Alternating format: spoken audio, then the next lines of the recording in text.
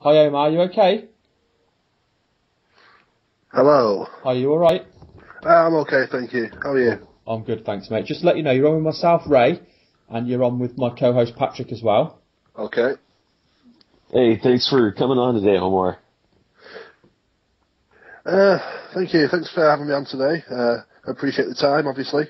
No, an absolute pleasure. So what we'll do, we'll jump straight in. We'll let you introduce yourself to our audience first. So do you want to tell them a little bit about yourself? So obviously give them your name and obviously give them your record as well, so we know what your record is at the moment within MMA. Yeah. My name's Omar Frederick. I'm 19. I'm 2-0 in MMA at the minute.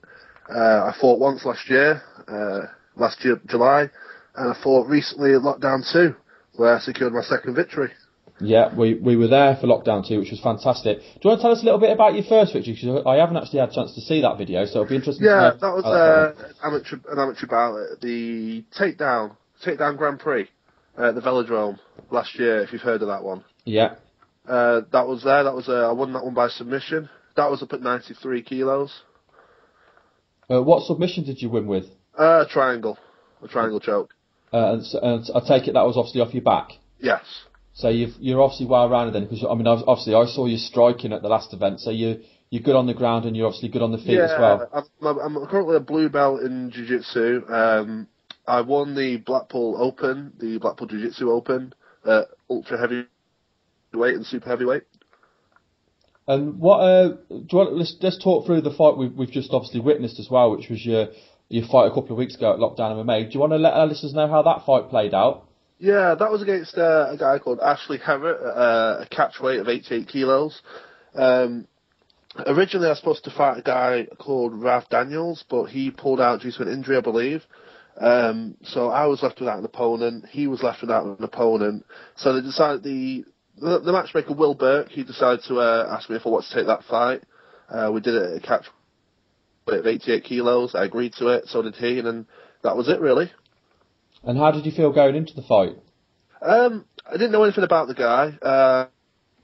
All I was told was he had good hands. I couldn't find any footage of him. I didn't know anything about his specifications, his height, his build, anything like that. So I really just had to go in there prepared for the worst, really, and just work on all my areas and see what happened on the day.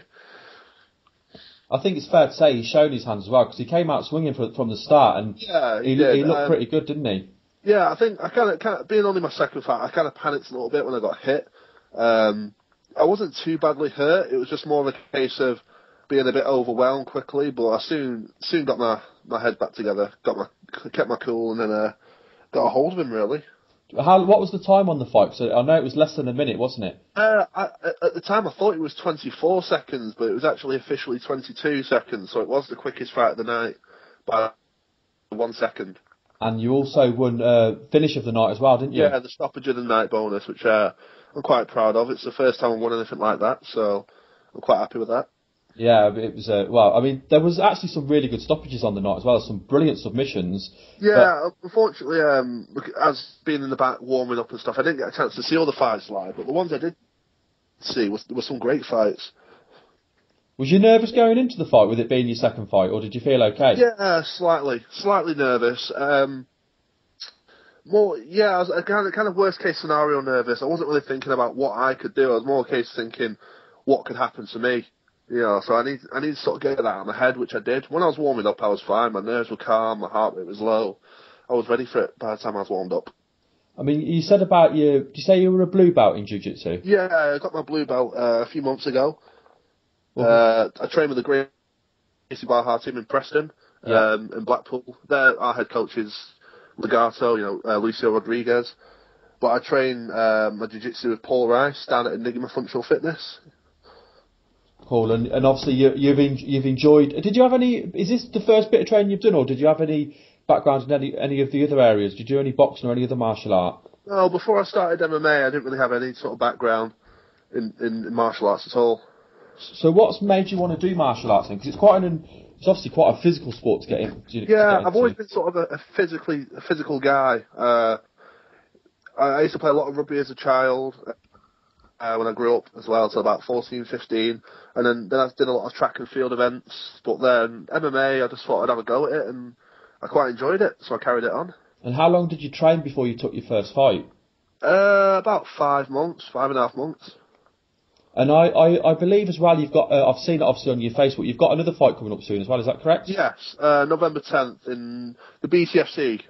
That's in Preston. Yeah. Live Ring Night in Preston. That's hosted. The matchmaker is Tom Hammond for that. Should be a good card. The card looks good. Should be a good night for that. And if people want to get tickets for that, how can they get tickets for that event? They can email any of the fighters on the card. If you just check the Facebook page out or the Twitter page, BCFC, give a mail to any of the fighters or me personally. The £30 a ticket, or you can get a table for £50, which is good for multiple people. But if you can't obviously get hold of a ticket off a fighter, the tickets are available on the door for £30. Brilliant. So, and do you know much about your opponent going into the fight? I've seen a little bit of footage. He's had one fight that I've seen. Seems quite well rounded, so I'm looking forward to it.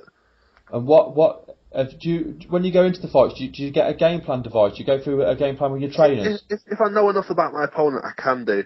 If I like this fight with Ashley that I took, I really didn't know anything about the guy, so I couldn't go in there with a game plan until I sort of saw him at the weigh-ins on day. Then I could sort of get a bit of an idea of what I can and can't do. I noticed he was considerably shorter than I was, so there was a few things I thought could work. But until the day, until you actually see the guy, it's hard to really come up with a game plan. Yeah, obviously that was one of the things that stood out to us on the night as well. Do you want to let us know roughly what the height of your opponent was and what your height is as well? Yeah, he was 5'8" and I'm 6'6". I mean, I remember when he came into the middle of the cage, he literally put his hand over his eyes, didn't he, and looked up like obviously messing around. Yeah, a bit of humour at the stare down. I remember that part. How did you feel when the knee landed? I was kind of in shock a little bit because I was sort of backpedaling him. I caught two knees. The first one sort of hit him a little bit, and the second one is the one that caught him and put him out. But it was like I wasn't really sure how to react, whether he was fully out or the referee just stopped it. It's only really when I actually looked back at the video that I realised how gone he was. So obviously it was a good stoppage by the referee. Oh, it definitely was. I mean, we were sitting right next to the cage, and when he as soon as that second knee landed, you could see him stiffen up straight away. We knew he was out straight away, and the worrying thing was obviously he was okay, but he was out for quite a while as well. Look, you think the worst, but you obviously just caught him with a really, really good shot. Yeah, it's something that comes off a bit in training. I mean, I don't throw it much in training, obviously the big powerful knee to the head, but I've noticed I get a lot of body ones, so obviously at 5'8", it's going to be pretty simple just to land a quick knee to the head. And it worked an absolute treat, didn't it? Yeah, it was the first knee that sets it up because it sort of hurt him when he tried to cover up, but he actually exposed his head again, and so it just left him right open just to throw the second knee. Well, I just wanted to say congratulations on that win. It was such an impressive win, and that's why obviously we wanted to get in contact with you and arrange to get you on the show. I mean, like I said, it was a fantastic show. There were some great fights, but obviously you got the bonus for a reason. You know, you were one of the standout performers on the night. Yeah. I do reckon my performance could have been a little better. I think with experience, I'll manage. Like I took the shot obviously on the chin, but I sort of backed up a little bit. I think with experience, I'll learn not to panic as much and be a bit more calm and be a bit more easy. Yeah, that like you say, that's going to come. You're still young. You've got a long way to go. I know Patrick's eager to jump in, so I'll let Patrick jump in and answer some questions. You ready to go, Patrick? Yeah, definitely. Thanks, Trey, and thanks again for coming on, Omar. Oh, cheers, thank you. Definitely, and yeah, I've seen some of your videos of your grappling matches, both gi and no gi. Were you into grappling before MMA? No, I started the MMA. I started as an actual sport itself. Like my first session was just an MMA session. We did a little bit of striking work, a little bit of grappling, and then I just sort of slowly developed all my areas. But the MMA fight I had first was actually the first competition I ever did. Was the actual first MMA fight. Then I did the grappling competitions, just more to gain experience in the grappling area. Oh, that's very awesome. Now, is there any particular fighter or martial artist whose style you enjoy? Enjoy to watch? Yeah. I could, obviously some of the the favourites, I do like Alistair Overeem, Anderson Silva, John Bones Jones, those sort of guys. The guys that sort of quite tall and rangy and sort of know what they're doing. But and I'm a big Frank Mir fan as well. I quite enjoy watching Lesnar. Just some of the ticket sellers really. They're quite exciting to watch. Yeah, definitely.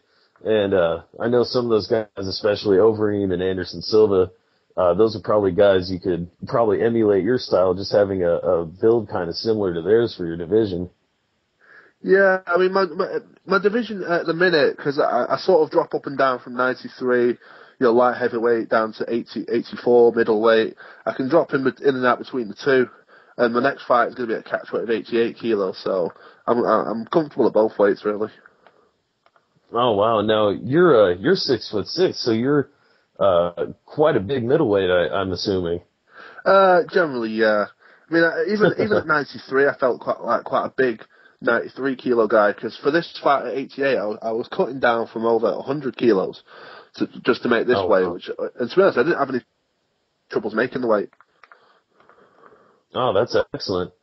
Now, in your fight with Ashley Harrod, I know you and Ray talked about that a little bit, and he did come out real aggressive, and he was landing some overhand rights, but you landed those two great knees, and you put him out real cleanly. How pleased are you with that performance? I know you said you feel it could have gone a little bit better, and you and Ray had talked about just something that experience will show, but surely you got to be happy with how it turned out on short notice.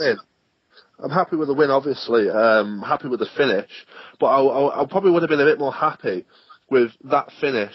But say in the second round, I was kind of hoping, because I basically took one MMA fight last year, and I've taken nearly a whole year of training before my second MMA fight.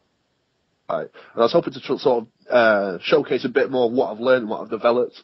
But obviously, in the actual fight itself, you see something, you're going to take it. So I can't complain about the win, but I would have liked to have maybe prolonged it a little bit, see where I'm at, see where I've developed. But yeah, overall, I'm happy with the win.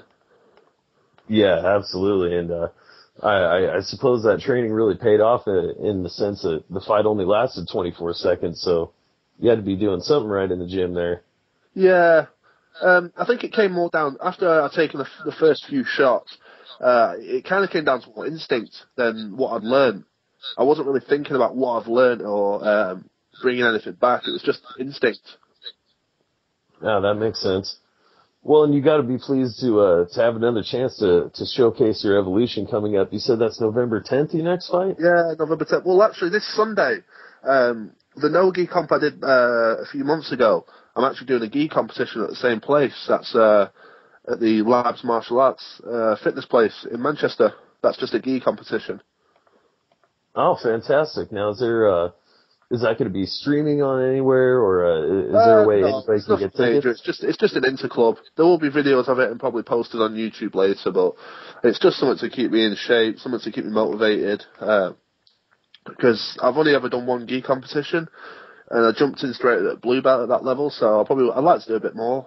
I quite enjoy the gi comps. Yeah, that definitely makes sense. And being 19, I had no clue you were so young in the game, especially. You look at a person like yourself, so imposing in the cage, if you will. So definitely good to take as much training as you can in all areas.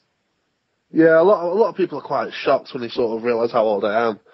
It's kind of a good thing and a bad thing at the same time, but it's just something you've got to be used to, really. You just don't think about it. Yeah, absolutely. Now, I noticed the tattoos on your right arm. They're very clean, and they kind of got a Pacific Island tribal feel to them. You want to tell us about your inspiration for those?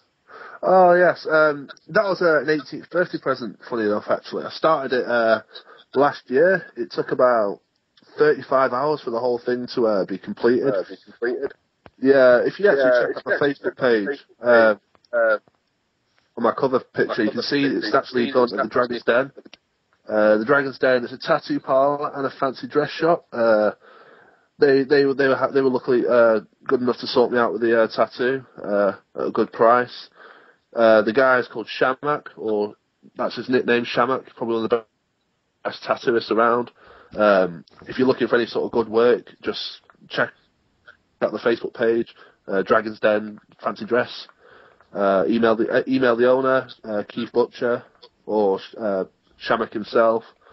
He's quite a busy guy though, so it's a bit of a waiting list. He certainly did. Yeah, sorry, go on, Patrick. I was gonna say I could imagine he's a busy guy. The work he's done on yourself looks very clean. Yeah, thank you. It was a birthday present, but basically it's just something I kind of like the idea of getting it all done. I do believe I have some native Polynesian family, and it's just something a bit different. I thought, do you know what, I'm going to get something like this done. I quite enjoy the tattoo work. It's kind of addictive. I was just looking into getting some more work done as well, so yeah, I'm very happy with the results of it. I wanted to ask you a quick question as well. You talked a little bit about doing the gi, and obviously I saw the striking side of your game when I watched you fight. Do you prefer the striking side or the grappling side, out of interest? That's a good question. A lot of people ask me that because I did originally come from sort of a grappler. At first, I was more of a grappler. I had to sort of develop my striking. I'm kind of not really biased. I'm more of I prefer to be where my opponent doesn't want to be, because I feel well-rounded. So if he doesn't want to be on his feet, I'll keep it on the feet. Or if he doesn't want to be on the ground, I'll try and take it to the ground. I think that's obviously that's why we do game plans. I think that makes perfect sense. How's your, out of interest, how's your wrestling? My wrestling, to be honest, it's not a big part of my game. Obviously over in the UK we don't have the sort of pedigree of wrestlers. I have the basic, the sprawls, the single legs and double legs. But actually, from my rugby background, just a simple double leg, like a charge, like a tackle, that can be quite effective. But personally, I do prefer the upper body sort of clinch, where the Greco-Roman clinch, because at our place at Enigma Functional Fitness, we have Carl Etherington, who's top level judo, was almost put on the GB judo team for the Olympics. So the upper body clinch with the throws and the hip throws and the sweeps, that's when it comes to takedowns, that's what I kind of prefer. Yeah, I think that makes sense. Judo is also very, very effective when it comes to takedowns. We're seeing that in MMA at the minute, just with obviously how well Ronda Rousey's doing, and obviously she's got a judo background. Well, I want to say, Omar, we really appreciate you coming on today's show. We really appreciate your time. Before we let you go, is there anyone you want to shout out? Obviously friends, family, and also let people know about your Facebook. Are you on Twitter as well, Omar? No, unfortunately, I don't really use Twitter. It's not my kind of thing. But obviously, I'm on Facebook. It's pretty simple, just Omar Frederick, pretty easy to find. There's not many people with that kind of name. I'd like to say a big thank you to my corner from the day, Jamie Edmonds at First Dojo with Jared Salmon. He was there in my corner. Paul Rice at Enigma Functional Fitness. Carl Everton at Universal Gym, obviously trains at Enigma as well. The guys at Gracie Barha, and obviously the Dragon's Den. Brilliant. Well, we wish you luck for your next fight in a couple of weeks. And if you get a chance, I'd love you to send me a link to that fight after if it's on YouTube, so I can get a chance to watch it. Yeah, hopefully the same recording company that was at Lockdown should be there, sharefight.com. Oh, they should be doing the broadcast and the commentary for it. Great. Well, good luck for that, Omar, and thank you very much for being on today's show. Okay, thank you. I appreciate the time. No problem. See you later. See ya. Bye. Okay. So